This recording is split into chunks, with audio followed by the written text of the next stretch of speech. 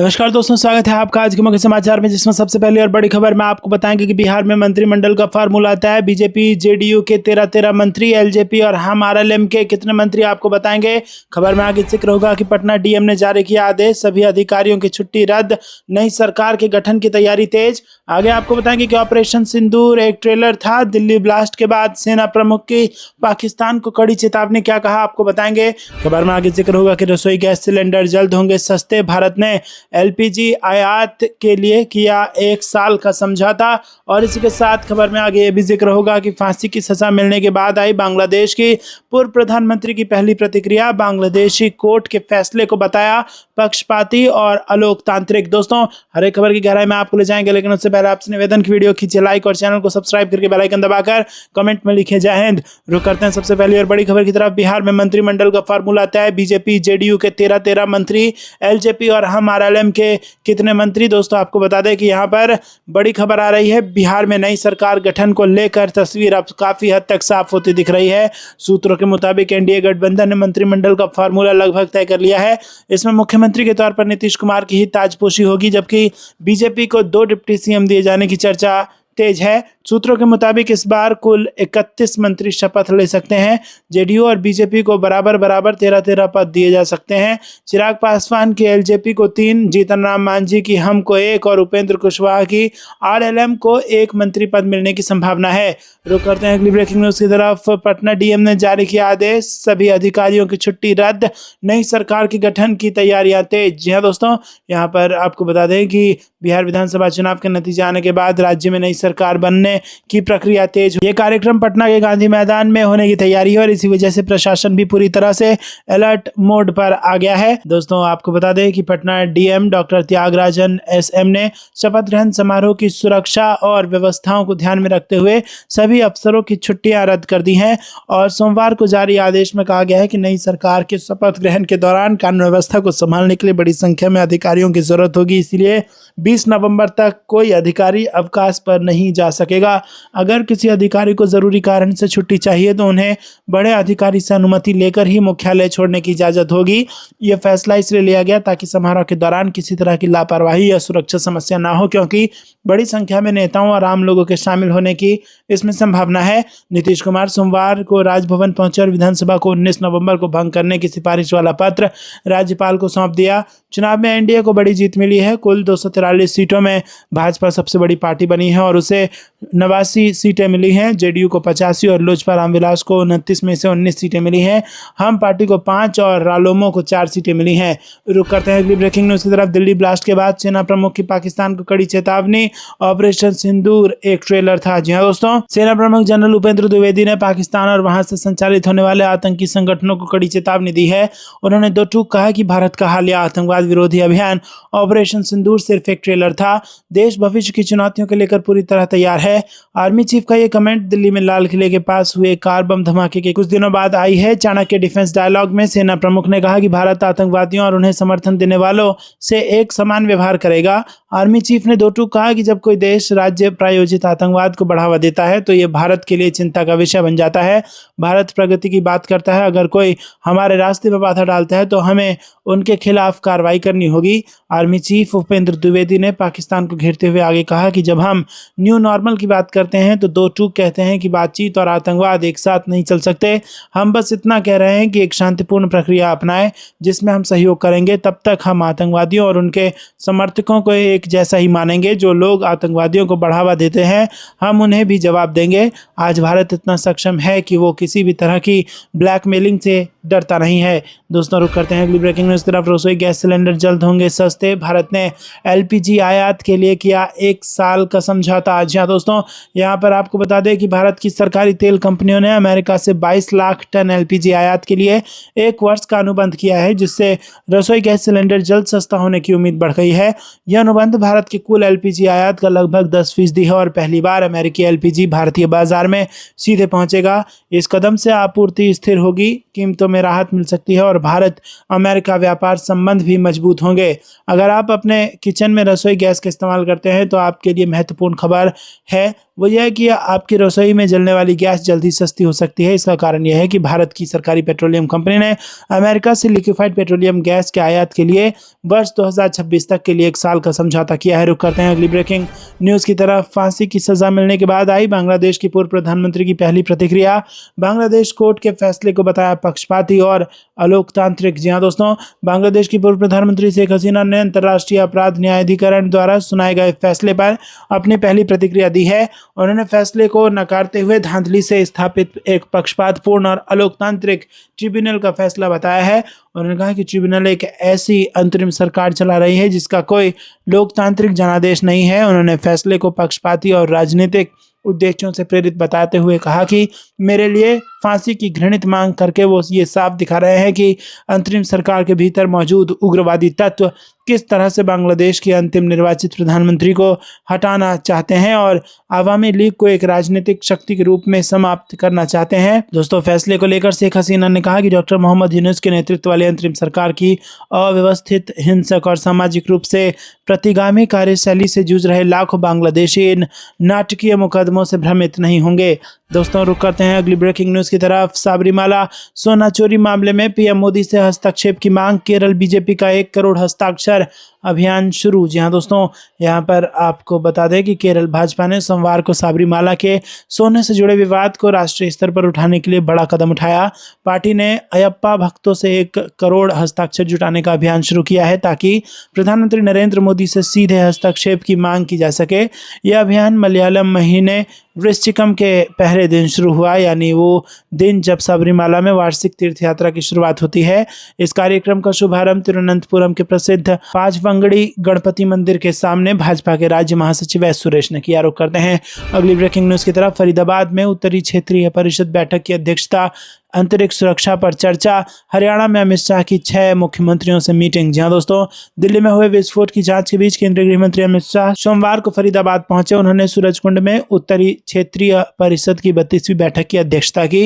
रुक करते हैं अगली ब्रेकिंग न्यूज़ की तरफ। भारतीय कोस्ट गार्ड ने समुद्री सीमा में घुसे बांग्लादेशी ट्रॉलर को रोका, 29 गिरफ्तार। जी दोस्तों, बंगाल की खाड़ी में गश्त के दौरान भारतीय कोस्ट गार्ड ने भारत की समुद्री सीमा में संदिग्ध तरीके से प्रवेश कर रहे एक बांग्लादेशी ट्रॉलर को रोक लिया।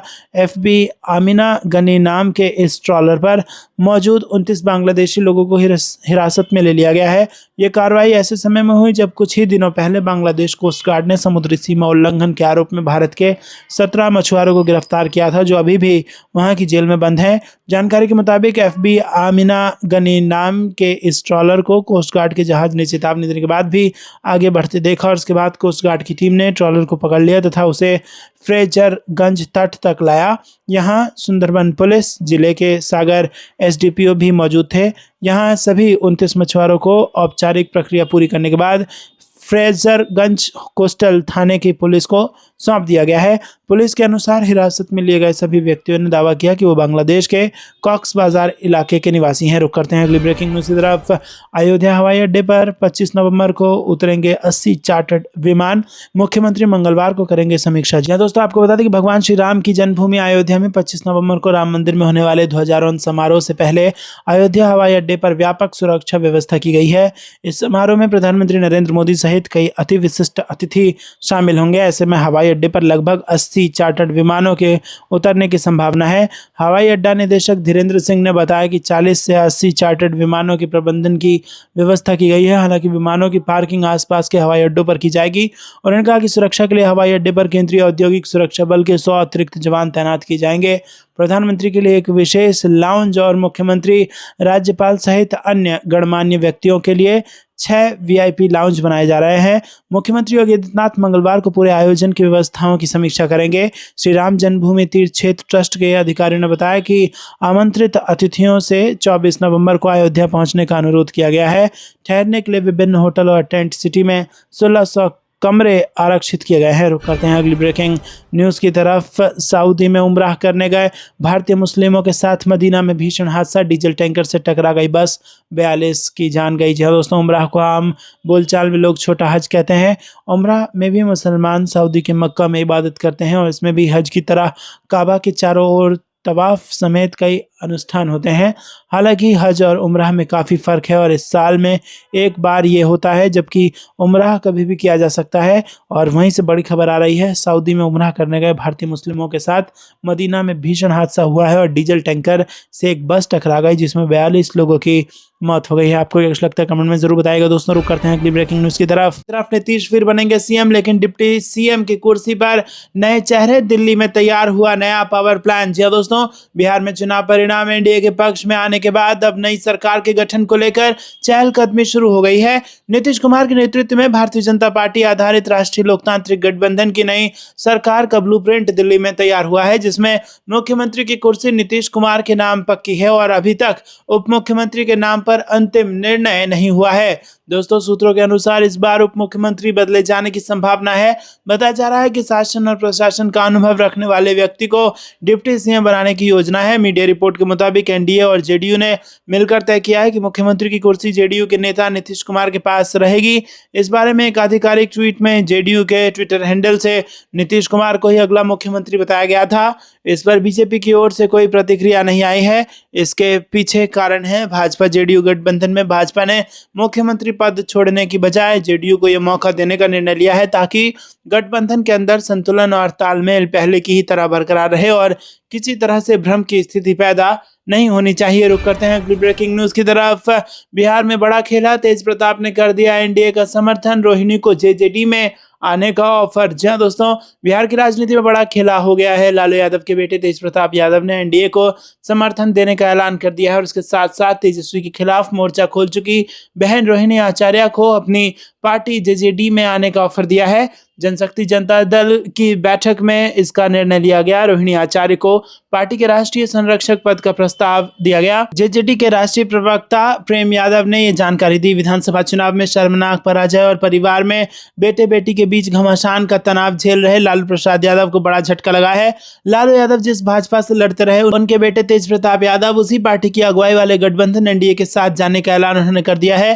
तेज प्रताप की पार्टी जनशक्ति जनता दल एनडीए को नैतिक समर्थन देने का ऐलान किया है और तेज का ये फैसला ऐसे समय में आया है जब राजद लालू और तेजस्वी यादव को अपनी पार्टी की हार का जवाब नहीं सूझ रहा है। रुक करते हैं अगली ब्रेकिंग न्यूज की तरफ। शत्रुघ्न सिन्हा क्या घर वापसी की तैयारी कर रहे हैं? एनडीए की जीत से हुए गदगद, नीतीश कुमार के लिए दिया बड़ा बयान। जी दोस्तों, बिहार विधानसभा चुनाव में एनडीए की एक तरफा जीत के बाद भाजपा से बगावत करने वाले पुराने दिग्गज भी अब बैकफुट पर आते दिख रहे हैं। राज्य में जेडीयू भाजपा के नेतृत्व वाले गठबंधन को 202 सीटें मिली है और ये एक बहुत बड़ी जीत है। 101 सीटों पर चुनाव लड़ने वाली भाजपा और जेडीयू को क्रमशः 89 और 85 सीटें मिली है। इन चुनाव परिणाम में चंद रोज पहले तक बिहार की राजनीति में नीतीश कुमार का दौर खत्म होने की भविष्यवाणी करने वालों को करारा जवाब मिला है। नीतीश कुमार ने एक बार फिर साबित कर दिया है कि बिहार के नब्ज को उनसे बेहतर कोई नहीं समझ सकता। ऐसे में अब पुराने बागी भी नीतीश और भाजपा की प्रशंसा करते नहीं थक रहे हैं। इस सूची में सबसे प्रमुख नाम है टीएमसी सांसद शत्रुघ्न सिन्हा का। बॉलीवुड के शॉटगन शत्रुघ्न सिन्हा ने इस शानदार जीत पर जेडीयू और भाजपा को दिल खोलकर बधाई दी है और इस एक्स पर एक पोस्ट में शत्रुघ्न सिन्हा ने लिखा कि बधाई हो बिहार के लोगों को उनकी पसंद की सरकार जिसके लिए उन्होंने वोट दिया था और सबसे सम्मानित सज्जन राजनेता नीतीश कुमार के नेतृत्व के लिए जो बिहार के सबसे लंबे समय तक सेवा करने वाले भरोसेमंद, आजमाए हुए, परखे हुए और सफल मुख्यमंत्री रहे हैं। उन्होंने लोगों की उम्मीदों पर खड़ा उतरने का काम किया। उनके आसपास के सभी लोगों और पार्टियों को भी बधाई। ईश्वर सबका भला करे और सभी को बधाई। जय बिहार, जय हिंद। रुक करते हैं अगली ब्रेकिंग न्यूज की तरफ। बिहार जीत के बाद अब बीजेपी का अगला एजेंडा नए राष्ट्रीय अध्यक्ष को लेकर आया बड़ा अपडेट। जी हाँ दोस्तों, यहाँ पर बिहार विधानसभा चुनाव में बम्पर जीत के बाद अब बीजेपी अपने नए राष्ट्रीय अध्यक्ष का चुनाव कर सकती है। चर्चा है कि बीजेपी इसी महीने यानी संसद सत्र शुरू होने से पहले ये कर सकती है। संसद का शीतकालीन सत्र 1 दिसंबर से शुरू हो रहा है। बीजेपी के भीतर चर्चा है कि बिहार चुनाव में प्रचंड जीत का असर अध्यक्ष के चयन पर दिख सकता है। ये भी कहा जा रहा है कि अब अध्यक्ष के चयन में बीजेपी नेतृत्व की पसंद का वेटेज ज्यादा हो सकता है। बीजेपी के मौजूदा राष्ट्रीय अध्यक्ष जेपी नड्डा का कार्यकाल पिछले साल जनवरी में ही पूरा हो गया था। फिर उन्हें लोकसभा चुनाव तक एक्सटेंशन दिया गया। उसके बाद भी कई विधानसभाओं के चुनाव हुए और उनका एक्सटेंशन चलता रहा। अब बिहार विधानसभा चुनाव के बाद पार्टी के भीतर चर्चा है कि नए अध्यक्ष का चुनाव हो जाएगा। नए अध्यक्ष का पहले ऐलान नहीं होने के पीछे एक ये भी वजह मानी जा रही थी कि बीजेपी और संघ के बीच किसी एक नाम पर सहमति नहीं बन पा रही है। दोस्तों, रुक करते हैं अगली ब्रेकिंग न्यूज की तरफ। 3 राज्यों में बारिश और ठंड का डबल अटैक, दिल्ली, यूपी और बिहार वाले रहें अलर्ट। जी हाँ दोस्तों, देश से मानसून कब का चला गया, लेकिन 3 राज्यों में बारिश और तूफान एक बार फिर से लोगों की मुश्किलें बढ़ाने वाला है। इस भारी बारिश के चलते कई राज्यों में ठंड बढ़ जाएगी। वहीं दिल्ली, यूपी और बिहार में अब ठंड अपना रौद्र रूप दिखाएगी। वहीं पहाड़ी राज्यों में बर्फबारी की चेतावनी जारी की गई है। देश के 3 राज्यों तमिलनाडु, केरल और आंध्र प्रदेश में बारिश का सिलसिला अब भी जारी है। मौसम विभाग के मुताबिक 17 नवंबर को भी भारी बारिश की चेतावनी जारी की गई है और इस मूसलाधार बारिश के बाद यहाँ ठंड का भी जोरदार अटैक होगा। लोगों से सचेत रहने के लिए कहा गया है। दिल्ली के ग्रामीण इलाकों में 17 नवंबर से शीतलहर का प्रकोप देखने को मिलेगा। सुबह और शाम के समय बाइक चलाने वाले लोग गर्म कपड़े जरूर पहने। वहीं स्वास्थ्य का ध्यान रखना बहुत जरूरी होगा। अधिकतम तापमान की बात करें तो 26 डिग्री सेल्सियस रहेगा और न्यूनतम तापमान 10 डिग्री तक लुढ़क कर आ जाएगा। दोनों पूर्वी और पश्चिमी उत्तर प्रदेश में 17 नवंबर से ठंड अपना रौद्र रूप दिखाना शुरू कर देगी। कानपुर, लखनऊ, प्रयागराज में सुबह के समय शीतलहर चलने की संभावना है। बच्चों और बुजुर्ग को विशेष ध्यान रखने की जरूरत है। 17 नवंबर को लखनऊ का अधिकतम तापमान 28 डिग्री सेल्सियस तो न्यूनतम तापमान 14 डिग्री सेल्सियस रहेगा। 17 नवंबर से बिहार में तापमान 2 से 3 डिग्री सेल्सियस तक गिरेगा, जिससे ठंड का प्रचंड रूप देखने को मिलेगा। सुबह के समय सीमांचल और मिथिलांचल के कई जिलों में शीतलहर चलने की संभावना है। लोगों को गर्म कपड़े पहनने की सलाह दी गई है। कटिहार, पूर्णिया, खगड़िया, अररिया और किशनगंज में ठंड मुश्किलें बढ़ाएगी। रुक करते हैं अगली ब्रेकिंग न्यूज की तरफ। आतंकी संगठनों का नया षड्यंत्र, अब कश्मीर घाटी की जगह पाकिस्तान, बांग्लादेश में आतंकियों की भर्ती। जी हां दोस्तों, ऑपरेशन सिंदूर और दिल्ली में लाल किले के पास विस्फोट के बाद कई और तथ्य सामने आए हैं। रक्षा विशेषज्ञ का कहना है कि ISI भारत में आतंकवाद के लिए अब आतंकियों की भर्ती कश्मीर में करने के बजाय पाकिस्तान व बांग्लादेश में करने लगी है। ऐसा केंद्र सरकार की घाटी में बढ़ती कार्रवाई के बाद किया जा रहा है। इंडियन आर्मी के सेंट्रल कमांड के चीफ ऑफ स्टाफ रहे सेवानिवृत्त लेफ्टिनेंट जनरल रविंद्र प्रताप शाही कहते हैं कि घाटी में पिछले कुछ वर्षों में सैन्य बलों की सख्ती के चलते पाकिस्तान समर्थित आतंकी संगठनों की कमर टूटी है। वो सख्त निगरानी के कारण लोकल रिक्रूटमेंट नहीं कर पा रहे हैं। ऐसे में उन्होंने अब नया पैंतरा अपनाते हुए आतंकियों को बांग्लादेश व पाकिस्तान में बुलाकर प्रशिक्षण देना शुरू कर दिया है और ये पिछले दिनों की चल रही जांच में सामने आया है। वर्ष 1983 से 85 व 94 से 95 तक कश्मीर के अनंतनाग, पहलगाम और राजौरी में तैनात रहे लेफ्टिनेंट जनरल RP शाही कहते हैं कि संभव नहीं है कि महज 3 से 4 महीने में 3000 किलो विस्फोटक इकट्ठा कर लिया जाए। रुक करते हैं अगली ब्रेकिंग न्यूज की तरफ। तनाव के बीच भारत क्यों आ रहे बांग्लादेश, कहने से अजीत डोभाल भी बैठक में रहेंगे मौजूद। जी हाँ दोस्तों, बांग्लादेश के राष्ट्रीय सुरक्षा सलाहकार खलीलुर रहमान 19 से 20 नवंबर को दिल्ली में होने वाले कोलंबो सिक्योरिटी कॉन्क्लेव में हिस्सा लेने के लिए दिल्ली आएंगे। दिल्ली स्थित बांग्लादेश हाई कमीशन के सूत्रों का कहना है कि रहमान 18 नवंबर को ही दिल्ली पहुंच सकते हैं। उनकी हाई प्रोफाइल यात्रा की सूचना बांग्लादेश की अंतरिम सरकार के चीफ एडवाइजर के प्रेस ऑफिस के जरिए सामने आई, जिसके मुताबिक भारत के राष्ट्रीय सुरक्षा सलाहकार अजीत डोभाल ने इस संवाद में हिस्सा लेने के लिए बांग्लादेशी समकक्ष को भी न्योता भेजा है, जिसे उन्होंने स्वीकार किया है। यूनिस प्रशासन के साथ अनबन के बीच ये दौरा बेहद अहम है, वो भी तब जबकि दोनों देशों के बीच उच्च नेतृत्व के स्तर पर एक सीमित एंगेजमेंट देखने को मिला है। अप्रैल में पीएम मोदी और यूनिस के बीच अप्रैल में बैंकॉक में हुए बिम्स्टेक समिट के इतर हुई मुलाकात के बाद भी दोनों देशों के बीच बर्फ खास नहीं पिघल पाई। दोस्तों, रुक करते हैं अगली ब्रेकिंग न्यूज की तरफ। नागालैंड में कॉर्पोरेट निवेश व कौशल विकास को मिल रही मजबूती। दोस्तों, रुक करते हैं अगली ब्रेकिंग न्यूज की तरफ। नागालैंड में कॉर्पोरेट निवेश और कौशल विकास को मिल रही मजबूती, वित्त मंत्री निर्मला सीतारमण का दावा। जी हां दोस्तों, नागालैंड में कॉर्पोरेट निवेश में बड़ा सकारात्मक बदलाव देखने को मिल रहा है। केंद्रीय वित्त मंत्री निर्मला सीतारमण ने ये जानकारी दी है। उन्होंने कहा कि अब राज्य के युवाओं का उन्नत कौशल से लैस करने पर ध्यान केंद्रित किया जा रहा है। वहीं दोस्तों, दीमापुर स्थित नागालैंड टूल रूम व प्रशिक्षण केंद्र में AI एवं भविष्य कौशल उत्कृष्टता केंद्र का उद्घाटन करते हुए सीतारमण ने कहा कि इस नए युग का उदाहरण 2 प्रमुख कार्यक्रम है। सेमीकंडक्टर प्रौद्योगिकी में प्रशिक्षण प्रदान करने के लिए कोहिमा में टाटा समूह के साथ सहयोग और उन्नत AI संचालित विनिर्माण और 3D प्रिंटिंग तकनीक पेश करने के लिए दीमापुर में CYIENT फाउंडेशन के साथ साझेदारी। रुक करते हैं अगली ब्रेकिंग न्यूज़ की तरफ, लेकिन दोस्तों उससे पहले आपको क्या कुछ लगता है कमेंट में जरूर बताइएगा। वीडियो को लाइक नहीं किया तो लाइक जरूर कीजिएगा। रुक करते हैं अगली ब्रेकिंग न्यूज़ की तरफ। बिहार में प्रचंड जीत के बाद यूपी की ओर बढ़ेगा बीजेपी का रथ, 4 मोर्चों पर रहेगी सबकी नजर। जी हां दोस्तों, आपको बता दें बिहार विधानसभा चुनाव में एनडीए की प्रचंड जीत के बाद उत्तर प्रदेश में भी भारतीय जनता पार्टी के हौसले बुलंद हो गए हैं। बिहार में जीत का परचम लहराने के बाद बीजेपी ने देश के सबसे बड़े राज्य में जीत का रथ मोड़ दिया है। ऐसे आने वाले दिनों में पार्टी को लेकर कई अहम फैसले भी लिए जा सकते हैं। उत्तर प्रदेश में अगले साल पंचायत चुनाव और फिर 2027 में विधानसभा चुनाव होने हैं। पार्टी का पूरा फोकस अब मिशन यूपी पर ही रहने वाला है, जिसे देखते हुए अब योगी सरकार की कैबिनेट और पार्टी के संगठन में बदलाव देखने को मिल सकते हैं। लंबे समय से लंबित बीजेपी प्रदेश अध्यक्ष को लेकर भी फैसला हो सकता है। दोस्तों आपको बता दें कि यूपी के काफी समय से बीजेपी प्रदेश अध्यक्ष के नाम को लेकर मंथन चल रहा है, लेकिन पार्टी में अंदरूनी खींचतान की वजह से अब तक इसे लेकर फैसला नहीं हो पाया है। बीजेपी किसी ऐसे चेहरे की तलाश में है जिससे जातीय समीकरण को साधा जा सके। चर्चा है कि बीजेपी ओबीसी समाज से किसी को प्रदेश अध्यक्ष बनाने का दांव चल सकती है।